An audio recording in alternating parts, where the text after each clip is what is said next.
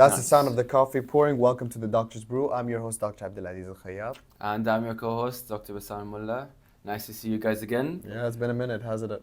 No, it hasn't. It was 1 week. What are you talking about? 1 week. 1 week. Uh-huh. Last week's episode, not this week's episode. Sure. How you doing, Bassam? I'm good. How are you? Why are your scrubs dirty?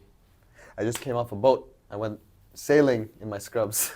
Why? Is that what psychiatrists do? Yeah. That's why you never answer anyone's consult. Yeah, huh? yeah, that's the reason. That's the reason. We're just out sailing. That's the reason for consults, not being responded to. Perfect advertisement to be a psychiatrist. You get to sail. And then watch as the surgeons start to quiver with fear if anyone has any SSRI prescribed. Have you ever seen a surgeon look at a medical diagnosis? Oh, actually I saw a really cool meme the other day of ortho. And it was like, when ortho admits a patient into medicine because of a cardiac condition known as asystole. There's this. I like how ortho is always the specialty that gets bullied. Of all the specialties in medicine, it's always ortho getting bullied all the time. There's like this stigma. It's funny. I like it. Alone. Why? Why? We're nice guys. We're just. What's an ECG? I don't know. What's a stethoscope? What? Oh yeah. I had no idea what my stethoscope is. The last time I used my stethoscope was over a year ago. Bassam actually, so he started his surgery rotation before me in Amiri. So when I got there, the first day I had a stethoscope with me. And I swear, the first thing, he didn't even say hi, I just went, what are you wearing? They're going to laugh at you here if you're wearing a stethoscope. What's wrong with you? Put that in the car.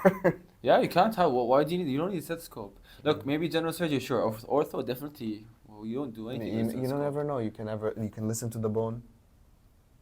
Ask the bone how it's feeling. Now this is my domain. Yeah. Okay. Let's get to the brew part. What are we drinking today?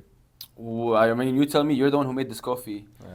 Guys, look at these mugs, by the way. To be honest. We have to shout out the Doctor's Brew mugs. Look at them. Nice mugs. Nice colors. If you guys want these mugs, do let us know. We'll hook you up. What, you make coffee at home now? Now I'm making coffee at home. I actually got a new machine at home. Okay. Yeah. My extent to making coffee is just Nescafe, some milk, and then sweetener. Listen, I used to hate on that, but then in university it was clutch. So I don't judge anyone for drinking Nescafe, to be honest. Okay. It's just convenient, fast, effective. You see, because I always see these people, they have a coffee machine. Yeah. No, not even the machine. They have all these tools and equipment, and that's what I just got. Yeah. There's like a sphere where the coffee drops on, and the sphere I don't know. They're trying to balance the chemicals within the coffee to try it, and it's really expensive stuff. But it's like a full-on hobby. No, it's because coffee. It's all. I feel like one day you'll get there. I'm hoping to. I'm slowly ascending. Now I'm starting to drink espressos, so this is now a step up. But no, today we just had an espresso here in the office because, to be honest, we didn't really have time to rush out to get coffee. But yeah, good coffee today. Good coffee, it's not good bad. people. Still missing some sweetener though. Yes, I like my coffee sweet. Next time, you know what I want to make here? Turkish coffee. I love Turkish coffee. Wait for next episode, we'll see. Next episode, Turkish coffee. Okay, so going to our topic for today. Yes. What are we talking about? We were laughing a lot at the start of this episode for a good reason. Because we're going to talk about something super dark. What are we going to talk about today, Bassam? We're going to be talking about death in medicine, how it affects healthcare professionals, the family involved, and everything in between. Yeah. I think, how about we cover these three? We talk about the first time we saw someone pass, dealing with the family, and then our emotions. Okay, tell us your story. Do you want to hear the first time I saw someone die, or the first time I saw someone like a dead body? No, tell me about. We can start with that because that was in medical school, wasn't it? When you first saw a dead body. Yeah. Wasn't it? It was an anatomy class. Yeah. How was that? I remember a very specific feeling. I was in the anatomy room, right? First time I ever went. At the time, what was I? 18, 19? Yeah. I leaned back, and then I felt a foot against me, right? And it was very cold. And there was this shudder that went through my body because for the first time I went, that's a dead body. That's a dead person. A shudder went through. And then I realized something. I'm like, this is literally the only place in the world where that's okay. You know what I mean? I don't need to like warn anyone. There's no problems here. It is what it is, right? Mm-hmm. And that really like kind of put things into perspective for me throughout med school. There was an element of dissociating. You know, you do have to dissociate from what you're seeing because if you're gonna, people always ask like we had to, you know, dissect and stuff in anatomy as part of our learning, and it was essential, an essential part. And I felt like I really had to dissociate and think to myself, where the setting. I need to remind myself that I was not at home. I wasn't in a public place. I was in a place specific for this, and that helped me cope with kind of the eeriness of it, and then eventually becomes second nature. Yeah. You think that you get used to it? Yeah, I do. And I think that's not really a good thing. No, I don't. I agree with you. Yeah. Yeah, I don't think it's a good thing that you get used to it because then we start normalizing it, and I feel like that becomes like a coping strategy for us. Yeah. My first when I first saw a dead body also in anatomy in class, the first thing that hit me before seeing the body was the smell. Oh, the smell of formaldehyde. the Yeah, exactly yeah. the smell is intense. Mm-hmm. I remember I think a couple of people like passed out or something, Mm-hmm. and I was okay with it. I like weird smells. I don't mind it. Okay, that was. I'm the type of person that enjoys. Oh my God. I'm the type of person that enjoys smelling. You know when you go to the petrol station, you smell the gas. Of course you. Highlighters. Yeah, of course. Nail you. polish. Yep. That kind of Okay. stuff. Okay. So I didn't mind the smell, but seeing the bodies was a different experience Yeah. because they don't look like what you're used to. Yeah. They almost look not human Mm-hmm. because they're with the chemical and the washing, the preparation they do. The skin turns a bit yellowish, and they just look slightly different. So it's like it feels like you're not looking at a human almost, or maybe your brain tricks you into feeling that way so that you try to run away from the fact that this is a dead human in front of you. Yeah. And, you know, like you mentioned, that's not necessarily a great thing that we're doing. I appreciated, you know, in Manchester they did a service for, you know, to thank the families of people who donated their bodies. And I guess that really does ground us and remind us, hey, this was a person. This wasn't just a inanimate thing. And I thought that would gear me for like the actual career in medicine, seeing people pass. It doesn't. No, it's a completely different thing from going to anatomy class where there's instructors and it's more of like a learning setting and people are they volunteer their bodies for learning and for the advancement of medicine, than to actually see someone die on the ward in the hospital. Yeah. You know, sadly for me, the first time that I actually saw someone pass was actually my father. That was the first time that I saw someone pass in front of me. Was thankfully it was at home. I'm very thankful for the fact that it wasn't in a hospital, and it was horrible. I didn't like seeing it. It was not a. If I were to go, it was not a sight I wanted to see, and it took a while, and I guess that set me up on two fronts. On one hand, it made me ready to kind of. I felt like I experienced already something so personal and so, you know, that whatever I saw in the wards wasn't. I was kind of like, all right, I've experienced this, you know, so I had a degree of like being numb to it. Mm-hmm. And then at some points it made me, I don't want to say overly empathetic. That's not the word because there's no such thing as too much empathy. But when you're in the ward and that happens, when you start to blend in with the emotions of the family, it may be too intense for you to do your job because when someone passes, it's not that the work is done. There's still things to do. Yeah, I think there's there's a very fine balance Mm. between being empathetic Mm. towards the situation and still doing your job properly, Yeah. without crossing any lines, any boundaries, Mhm. because when things get really intense and emotional, especially with the families, that can happen Yeah. quite quickly. Very, very quickly. And it's very difficult because you're trying. I remember someone telling me this. I forgot who, to be honest. It was in med school. That family will remember you forever. You know, the person that they see to deliver that news that their relative has passed, or even like, you know, it's in the room. Even if you're just part of the code, even if you're just on call and you've never seen this patient in your life, that's logged in their memory. Yeah, That's to you, it feels like just another day at work Mm-hmm. because we see this a lot. Mm-hmm. But to them, it's a very, very important moment in their entire lives. Yeah, and I guess there's a way. I think a big degree of like handling that, in my opinion, I'm not sure if others. Of course, you follow the spikes framework. We all know it. You know, the setting, information, the whole spike framework. Follow that for sure. But I feel like space. That's a big thing. Right after someone passes, and it's in front of you, I feel like don't try to insert yourself into this emotional moment. You know, to kind of say, you know, this is what happened. I'm here for any questions, answers, and kind of give them their space to handle this as a family. As you know, that's my opinion. What do you think? I think what I'm thinking about is how you prepare yourself for the situation. Oh, okay.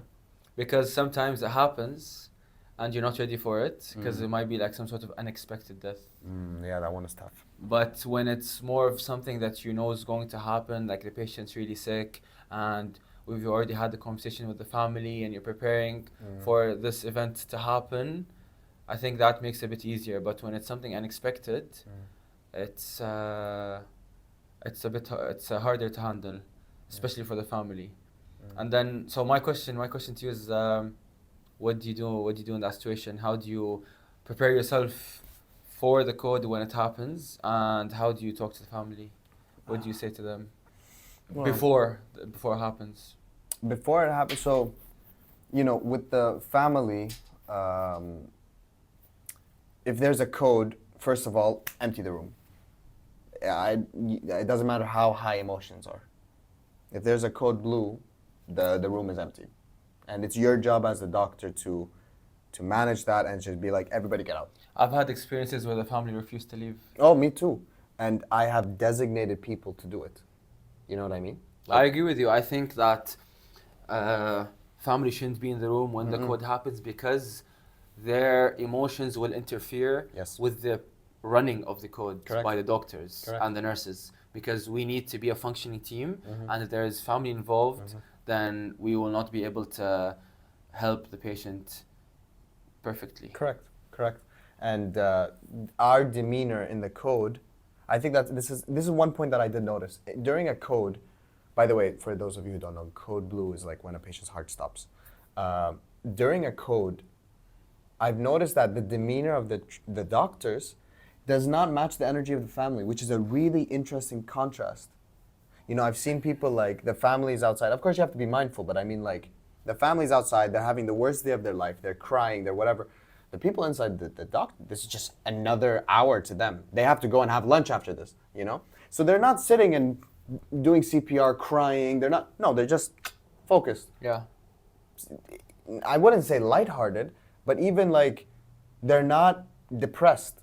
They're not, and they can't be to be able to do their job, you know? But I think that takes time to develop. It does. It's not easy, you know, especially in the first few months or years of your career. That takes its toll. And even when you do get used to it, which I don't think anyone ever does, I think we just try to numb it out. Yeah. Some deaths still affect you really, really hard. Like I thought I got used to dealing with it for the past couple of years, and then like last week we had the code blue that was really intense and really emotional. I was like in the middle of the night, 2 a.m., and I was like, Yeah, I guess you don't get used to it all the time. What happened? It was I think it was just because of there was a lot of intense family emotions. There was a lot of family involved, and the patient was a bit young. Um, so it was just a really, really intense environment. And as you get more experienced, you have more responsibility. Yeah. So you have to also do the death certificate, Yes. organize things like if the patient wants to, if the family wants to take the patient to the cemetery and Yes. things like that. Yes. You know, just procedural stuff to do. So it's hard to do that stuff when they've just had a loved one pass away, because you also still need to get the stuff, the paperwork done, talk about what the next steps are, and they just had someone they love pass away, and they also need to deal with that with me. So it's like trying to find the balance of being mindful and still getting your work done, You know, which is never easy. no. It's It's never easy. it's never easy. And one thing for me, like I think there's also no shame in kind of admitting. I like what you said that we don't fully get used to it. You know, one of the major things that I love about psychiatry, the reason why I want to go for psychiatry, a big reason, is relatively, of course, all of medicine has death, but relative to other specialties, you're not dealing with dying patients as much. Ortho as well. Yeah, and for me, I'll be honest. Like, for me, it triggers memories of seeing my dad pass, of loved ones of mine, and it's something that for me, I just, in terms of a mental toll, I don't. It's not about I can't handle it, but it's definitely something that I'm like, no, this is kind of a bit of a red line for me to deal with all the time. And I think there's nothing wrong with actually admitting, yeah, these are my limits psychologically as well. Yeah, as long as everyone. That's why there's different specialties and different personalities in medicine. Yes. So every person will have their own limits and what they can or cannot handle, and as long as they're aware of that, then they can do anything they want. No, I definitely agree, and it's important for us to take care of ourselves because, like you said, it's not normal. The average person isn't seeing someone die all the time. Most people just live their life; they don't see death in front of That them. much, exactly, yeah. No. But we see it constantly all the time, and we try to get numb to it so that we don't try to experience emotions. But I think that it's really important to talk about it, especially like with your colleagues. Make sure your colleagues are okay, because even if they were okay in the past, maybe they had like a death in the family Yes. recently, or they're just it's just a different situation where they're feeling vulnerable, and it's important to make sure your colleagues are okay when stuff like this happens, and to make sure you're okay. Yeah. As well. Yeah, no, I definitely agree. Now, on that note, I think a good way to wrap up this episode, we'll go into the questions. This question wasn't asked on our Instagram, but it's a question I've received a lot from people I know, and it ties into this. How do you cope with the feelings that come up in you surrounding death, and especially when you see a death in front of you? How do I cope? How I've always coped. I go to the gym. Okay, that's a good one. That's usually my escape from everything. If I just want something to distract me, something to help me pass the time, if I don't know what I'm doing with myself, go to the gym, and then with time that usually solves itself. That's a good one. That's a good one. What about you? So exercise for me is of course a big one. I think it's undeniable the importance of exercise is to release that tension and regular exercise. You know what I realized was, at least for me, one shot exercise doesn't help. You know what I mean? If I'm sad and I just exercise, I don't suddenly become happy. It has to be consistent. So definitely there's exercise. I reach out to family and therapy. I see a psychologist to really put things into perspective. Think, okay, what is it that I'm feeling? What am I trying to identify? And the thing that I've learned through my experience and it has been let out your feelings. Don't try to suppress or hide or shove down. You know? I think that's a thing a lot of people just do naturally. Yeah. It's part of human behavior. It's difficult to, you know, oftentimes we want to just be like, get on with it. But evidence has shown whatever you resist persists. You know what I mean? You shouldn't be trying to shove things down they'll always bubble back up to the surface in some way or form. It'll manifest somewhere.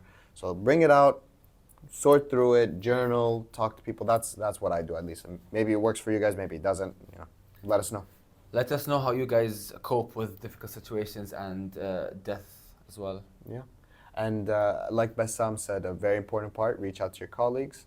Doctors Brew is all about young doctors, helping young doctors. And actually, sorry, I shouldn't say young. We shouldn't discriminate. Ageist, even older doctors, help other older doctors. Dinosaurs need to help dinosaurs. No, I'm just kidding. Dark topic, huh? Dark topic. But something very important to talk about. Mhm. Something that sometimes people don't want to talk about. It's a tough topic to talk about. Some people don't want to talk about it. But we're here for the tough topics. We're here for the tough topics. We're here to talk about things that people don't want to talk about.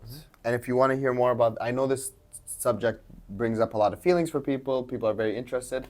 If you have more sides of this that you would like to hear about, let us know. And yeah, let's end things on a happier note. Let's enjoy life. Let's enjoy good coffee and good company. Actually, wait, hold on. Clink, clink, clink, clink, ting. That's the last sip of coffee for the day. Thank you to my co-host, and we'll see you next time on the Doctor's Brew. See you guys next week.